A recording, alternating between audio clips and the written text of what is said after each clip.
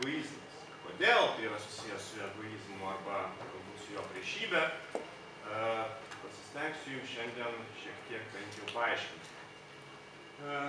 Dabar, kas vykdavo Eleusino ministerijų metu?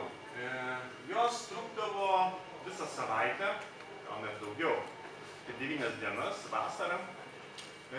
Ir apeigų buvo daugybė. Pirmiausia, visokie apsiplovimai, apsivalymai, paskui procesijos, kažkas panašaus vyksta ir šiuolaikinių religinių ritualų metu.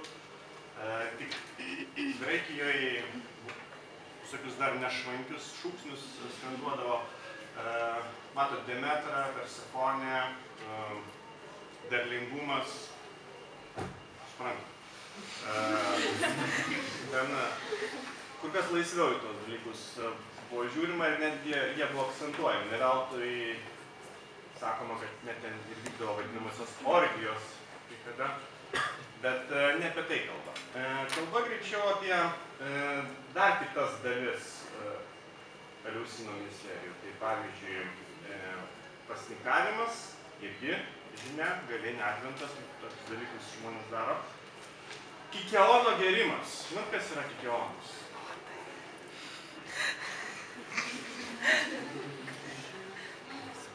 Klausau. Tai ten toks gėrimas, kurio recepto ne visai yra aiškus receptas. Ten įeidavo visokios žolelės, miltai, ten kažkas. Kas toksai? Antras žodis? Miltai kažkokie. Miltai. Miežiai. Miežiai. Tos žolelės ir domina žmonės, kokios ten tos žolelės būdavo. Gal, sako, netgi vadinamieji magic mushrooms. Sunku pasakyti. Yra įvairių teorijų, ką tie žmonės gerdavo, bet įdomu yra tai, kad jie išgėrė jau tikrai kažkaip daugelis iš jų matydavo vizijas. Be to buvo tokia slapta dėžutė, kurios turinys irgi buvo labai smarkiai slepiamas. Yra paminėta, kad ten kažkokios gyvatės viduj buvo, dar kažkas, aš dabar nepamenu viso turinio, bet labai mažai žinių apie tai yra. Vaidinimai šventi ir, žodžiu, na toks, sakytume, ilgas savaitę trunkantis procesas, kažkas per vidurį tarp orgijos ir atlaidų. Galite įsivaizduoti. Pabandykit mes vaizduoti šios dienos tema. Štai to proceso metu žmonės kaip reikalas prarasdavo savastį. Ne tai man svarbu yra, ką jie ten gerdavo, ar kaip jie elgdavosi, kiek jie įvairaus pobūdžio nekasdieniškų veiksmų atlikdavo, pavadinkim juos nekasdieniškais. Tai galbūt man svarbiau yra suprasti, jog jie iš tiesų sugebėdavo atsisakyti savo kasdieniškos rutinos tokiu būdu, kad tam tikrą prasme apleisdavo save. Apleisti save. Štai kas yra įdomiausia, bent jau mano atveju. Ir šitas ritualas paskui baigdavosi, kaip aš jau minėjau, epopėja, nušvitimu,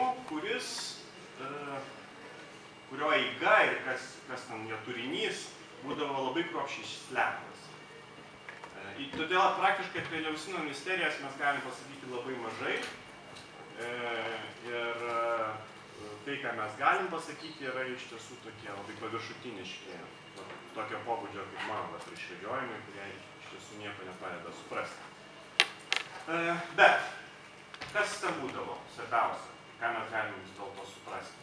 Tai buvo ilgas, savaitę trunkantis procesas, kurio metu žmonės įvairiai dirbdavo su savimi tam, kad kažką pamatytų. Štai šis procesas kaip ritualas link praregėjimo mane ir domina šiandien. Ir aš dabar norėčiau jums parodyti pirmąją ištrauką iš Odorovskio.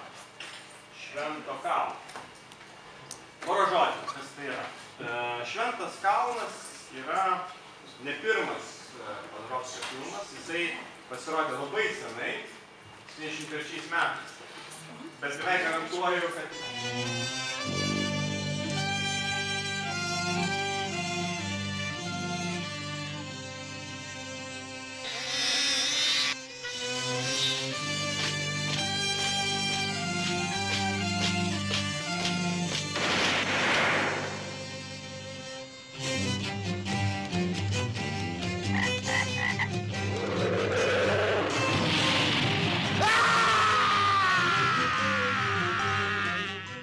Nothing in your education or experience can have prepared you for this film.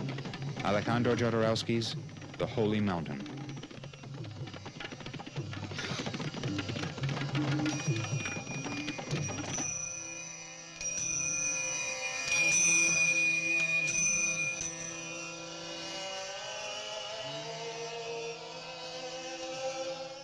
The Holy Mountain is a film completely outside the entire tradition of motion picture art.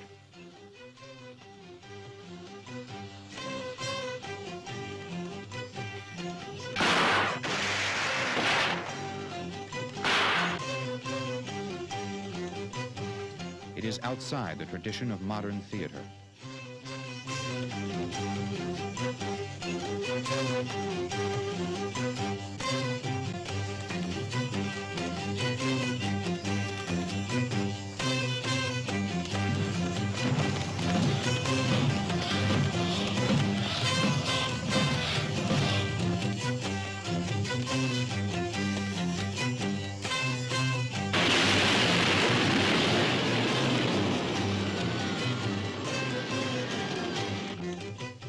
The Holy Mountain is a film outside the tradition of criticism and review.